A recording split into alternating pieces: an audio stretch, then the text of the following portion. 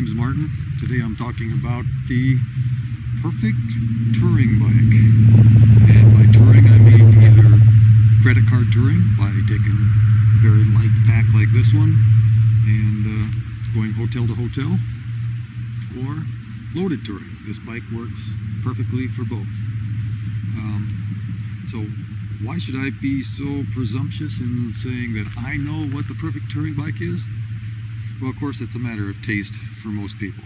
But for maybe somebody starting out new, or for someone that doesn't have quite my experience, I'd just like to show you what 40 years of riding absolutely every different kind of bike you possibly could imagine has brought me to this bike and this setup for the perfect touring bike. I started with I bought this used off of Craigslist. It's a giant Sedona LX, and it's one of the rare comfort bikes that came with disc brakes. I live in California. The mountain grades here are very steep, very long. Everywhere you go, north, south, or east, you climb. Anywhere from passes are up to 6,000–7,000 feet. It's very difficult riding around here. So disc brakes was a mandatory thing for me. If you're in the Midwest and you're not going to tour outside of the Midwest, or you're in a flat area of the desert or something like that, of course, disc brakes are not needed at all. A good V-brake will do you just fine on the flats. But in the mountains, if you plan on touring the mountains, the disc brake is so inexpensive, it doesn't make any sense not to have disc brakes on a touring bike. To be controlling your speed down a very long, twisty mountain grade, riding the brakes all the way down, it doesn't make sense to use a rim brake. Because of the possibility of heating up rims, you heat the rims up to be so hot that tires can roll off. So it's a safety thing. Plus, of course, these particular disc brakes can run extremely hot and still work perfectly well. So braking is one of the most important things on a touring bike as far as safety goes, and tires and wheels would be as much of a safety issue. I would put those three together as equals: tires, wheels, and brakes. That you don't want to go cheap on. You want the very best you can buy, not the most expensive, the very best that you can use. In this case, I chose for brakes, these are Avid BB7 disc brakes. You can use the BB5s if you want, but as a mid-range mechanic, I've been working on bikes a lot, but adjusting a BB5 was just a nightmare. I was sick of spending so much time on it, and I took them off and put the BB7s on, and never regretted it. The BB7s are much easier to adjust, and they stay adjusted much longer. And I've never had these disc brakes, even though these are mountain disc brakes, and I'm using them on the road. I've never had these drag, where the BB5s are always doing a little dragging here and there, and then they'd stop, and then they'd drag a little and stop. They're just a nightmare brake, and I'll never use them again. If you don't like the Avid brakes, then the next cable brake that I would suggest are the Tektros, which I'm using on a mountain bike, and those have been flawless too. I'm going only with mechanical brakes because this is a touring bike, and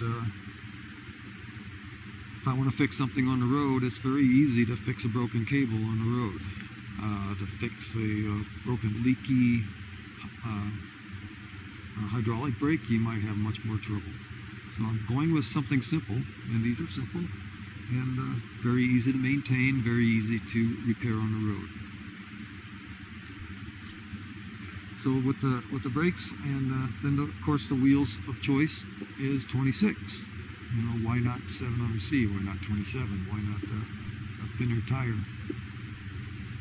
For a bike that's going to be touring, the 26-inch wheel is 3 to 4 times stronger than a 700C wheel. They are just extremely strong. They're designed for off-roading. So you put a 26-inch wheel on road, and with a wide rim and plenty of spokes in them, or at least a very good manufacturer rim with a lower spoke count if you want. But, you will end up with a very, very strong wheel, and strong wheels are very important on a loaded bike. Even though this bike, I'll get to the loaded part later. So the frame is a semi-compact frame, which means I can buy it extra big. An extra large frame like this helps bring the handlebars up and get you in a more upright position. And why an upright position for touring? Well, because if you're touring, I'm hoping you're touring because you want to see the beautiful landscape around you. If you're touring just to get somewhere, well, that's a different kind of story, and that's more of a commute. And we're not going to deal with that today. If all you want to do is load up your bike and tell people how far you rode every day, this video isn't for you. This is for people that really enjoy touring and want to look around and see what they're riding through. And this setup gives you that. For those of you that are normally riding racing bikes and you're down in this position, or you're on a bike that's set up in a more conventional way, when you're down in this position, your eyes have to look out this way through the tops instead of what you would normally do straight through.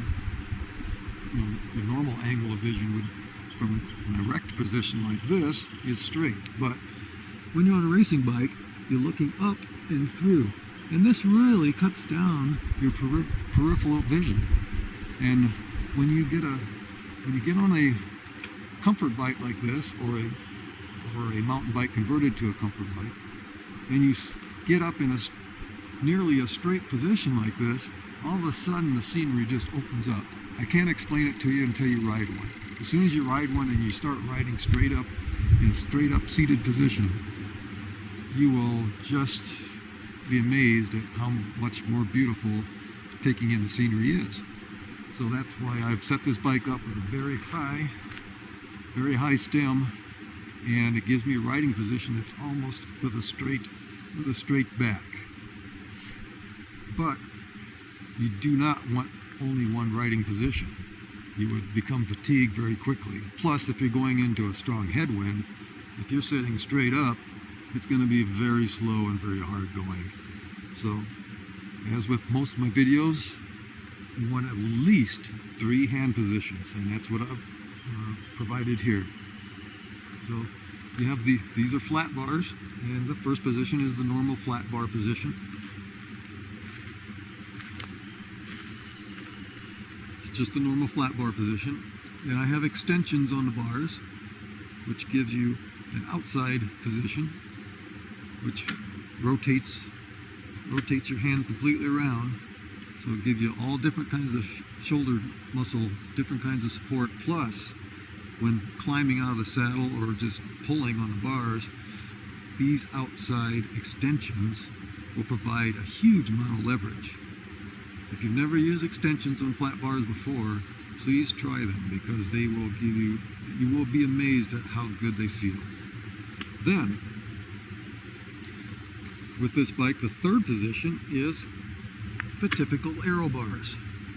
Now, you'd say, aero bars on a touring bike. Why aero bars on a touring bike? Well, with a touring bike with a stem this tall, and in the normal position when you're straight up, when you come down to the aero bars, it's really not an aero bar position. It's more of a position like being on the top brake levers of your racing bike, or you're just not leaning over that far. But you are leaning over far enough to easily cut through the wind, and a completely new position that takes all the pressure off your hands. So I'm a big fan of the aero bars for flat bars. I would like to put them on my mountain bike. That's the only flat bar bike I have that doesn't have aero bars on it. But and these aero bars are very inexpensive. They're only $50 because they don't have the flip ups on them. They're made by Profile, and they're very good, very comfortable, very compact bars. The reason you don't need the flip up bars on this bike is because, again, we have a stem extension this tall. So this stem extension brings these aero bars up so high that your knees will clear. So we have all this stuff on the handlebars to give ourselves the most enjoyable ride you can possibly imagine. You have the completely upright position where you can look around, also have complete control on the downhills. This bike goes downhill at 50 miles an hour so smoothly you can take your hand off the handlebars and look around. It's very, very, very stable bike. And so you have that position to look around. You have this position to change shoulder muscle positions so that you keep changing the support muscles in your shoulders. And then you have the aero bars, which takes all the pressure off the hands, and again, another completely different shoulder muscle support position. So for comfort on the bike, as far as the shoulders and what's holding you up on the bike, this bar system is just perfect. You get to look around, but at the same time, if you want to go fast, just grab the aero bars and you're going to go as nearly as fast as you are on a road bike. And of course, everybody complains about their seats and their butt hurting all the time, but there is no secret to that. The only secret to keeping your butt from hurting is to not buy these bike shorts that have the huge amount of padding in them, because those are the most stupid things ever designed. Whenever you put that much padding in there, you don't have any ventilation, and when you cut your ventilation down, you're going to be too hot. You can wear those shorts in the wintertime, that's fine, but for summer touring, they're going to be just way too hot. Plus you end up with all this padding that adds friction on the inside of your legs and on the inside of the saddle. I'm not sure whose idea it was to put all this padding in the shorts, but it's ridiculous. I have to buy triathlon shorts today to get a very thin, the very thinnest padding I can get in my shorts. The shorts padding is not supposed to be padding. It's supposed to be just a layer of anti-friction material. That's all it's supposed to be in there. In the old days, it used to be leather, and then they came out with synthetics that were easier to take care of. But it's supposed to be anti-friction, not padding. And at the same time, you really don't need a padded seat either, because what happens is you sink down into this padding, and again, there's no ventilation, and you just get hot, and you get saddle sores. You go, well, you need a nice padded saddle because your butt hurts. The only reason your butt hurts is because you haven't ridden enough. I'm sorry to say, but the only thing that keeps your butt from hurting is riding. As soon as you build up enough muscles in your butt around your sit bones, you'll stop having any serious pains. So if you're going to go for a long tour and you only put in 20 miles of training, well, no matter what kind of seat you buy, I don't care if you put sheepskin on it or gel padding or whatever, you pad your shorts up with so they feel like diapers, you're still going to have your butt hurt. There's no secret to that other than riding. When you're conditioned, your butt won't hurt. And be changing positions all the time too. You don't want to be in the saddle all day. Get used to being able to be comfortable out of the saddle, pedaling standing up. That will really stretch you out and make you feel good. So the next part on this bike is the gearing choice. The gearing choice was exactly the same as a mountain bike.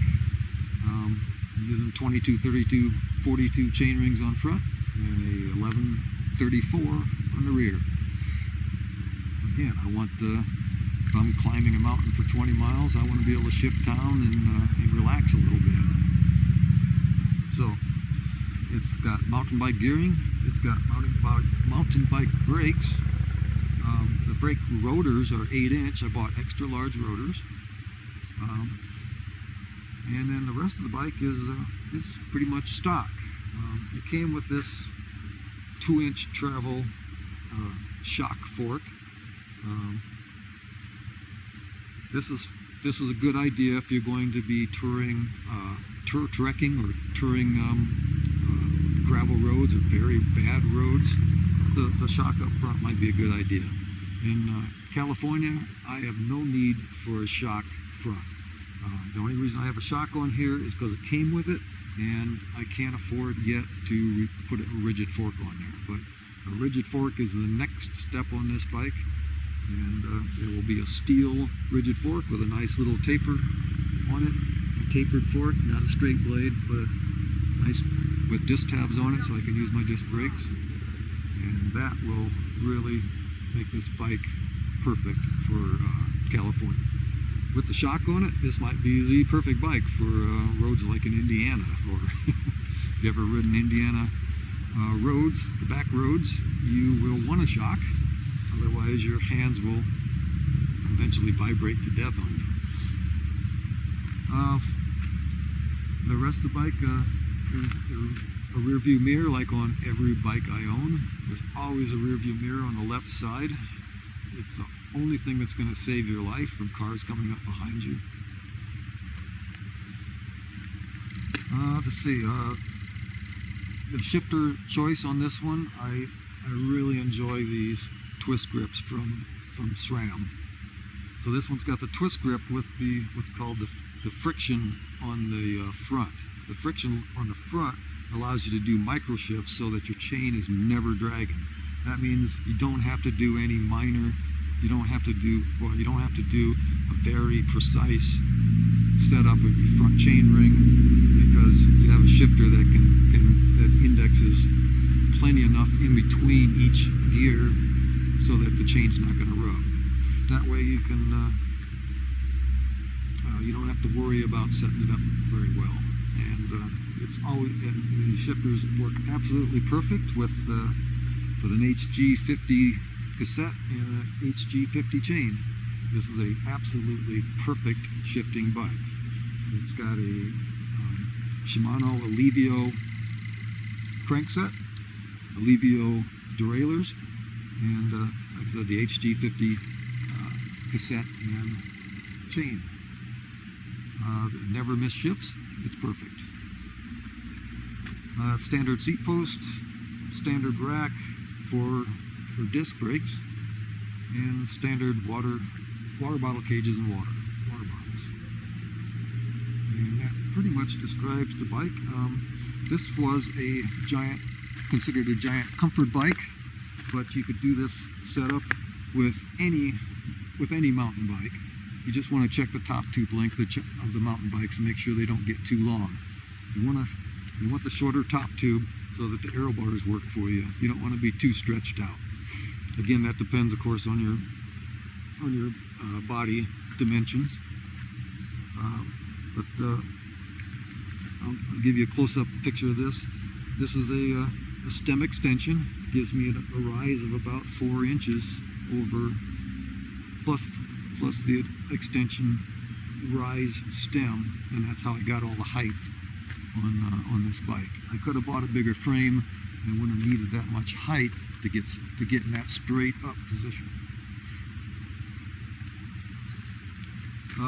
Tires. Tires last, like I said, the safety issue. I explained why the 26-inch wheels. If you're a rider that weighs only 100 pounds, you probably don't have to worry about it too much. But I weigh 195 pounds, and I want the advantage of the 26-inch wheels and the extra strength. The tires of choice are Specialized again, as usual, and they are. This one is the Hemisphere, which is a very lightly treaded tire. This one's 1.9 inches in width, and has the Armadillo protection on it. They've only picked up a staple once that went through, so they've only gone flat on me in the time I've used them. It's a very good tire. They use a dual compound on them, so cornering on these tires are excellent, and makes the perfect touring bike tire. They're nice.